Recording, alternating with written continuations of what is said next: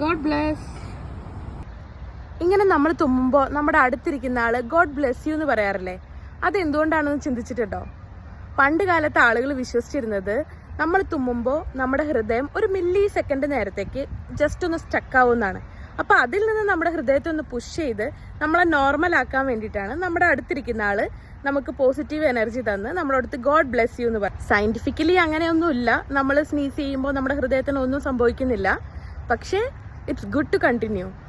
നമ്മളെ അടുത്തിരിക്കുന്ന ആൾക്ക് നമുക്ക് വെറുതെ ആണെങ്കിലും ഒരു ഗോഡ് ബ്ലെസ് യു കൊടുക്കാമല്ലോ.